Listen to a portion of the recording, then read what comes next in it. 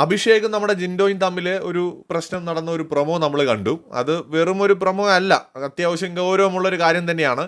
പിന്നെ അത് ഒരേപോലത്തെ രണ്ടാൾക്കാരായതുകൊണ്ടും രണ്ടുപേർക്കും പ്രശ്നമില്ലാത്തതുകൊണ്ടും ടാസ്കിൻ്റെ അകത്ത് നടന്ന കാര്യമായതുകൊണ്ടും കുഴപ്പമില്ലാതെ അങ്ങ് പോയി. അതായത് സീലടിക്കാൻ വേണ്ടി, ടാസ്കിൻ്റെ ഭാഗമായിട്ട് സീലടിക്കാൻ വേണ്ടിയിട്ട് ഓരോ റൗണ്ടുകളിൽ ഓരോരുത്തർ പുറത്താവും. അങ്ങനെ ലാസ്റ്റ് ഉള്ളത് ഒന്ന് ജിൻഡോ, ഒന്ന് അർജുൻ, ഒന്ന് നമ്മുടെ അഭിഷേകോ, ഒന്ന് സായി ആണെന്ന് തോന്നുന്നു. അപ്പോൾ ജിൻഡോ അഭിഷേകിൻ്റെ ആ ഒരു ബോർഡിലേക്ക് സീൽ വയ്ക്കാനായിട്ട് പോവുകയും അഭിഷേക് ജിൻഡോയെ തടയുകയും ചെയ്യുന്നു. സ്വാഭാവികമായിട്ടും അങ്ങനെ സംഭവിക്കുമ്പോൾ എന്തുണ്ടാവും?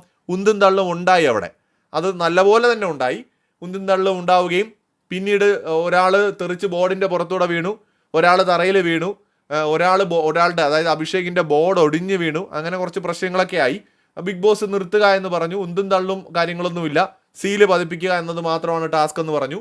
പിന്നെ രണ്ടുപേരും ഹഗ് ചെയ്തു. പിന്നെ അവർ രണ്ടുപേരും ഏതാണ്ട് ഒരേപോലെ അത്യാവശ്യം ബോഡിയൊക്കെ ഉള്ള രണ്ടുപേരാണ്.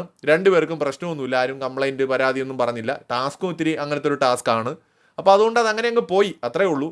അല്ലാതെ ഒന്നും നടന്നില്ല എന്ന് നമുക്ക് പറയാൻ പറ്റില്ല. അവിടെ ചിലതൊക്കെ നടന്നു. പക്ഷെ അത് രണ്ടു കൂട്ടർക്കും കുഴപ്പമില്ലാത്തതുകൊണ്ടും അതൊരു ഫിസിക്കൽ അസോൾട്ട് അല്ല, ഒരു ടാസ്കിൻ്റെ അകത്ത് നടക്കുന്ന ഉന്തും തള്ളുമാണ്. അപ്പോൾ അതുകൊണ്ട് ആ നിലയ്ക്ക് അതങ്ങ് കളഞ്ഞു എന്ന് പറയാം.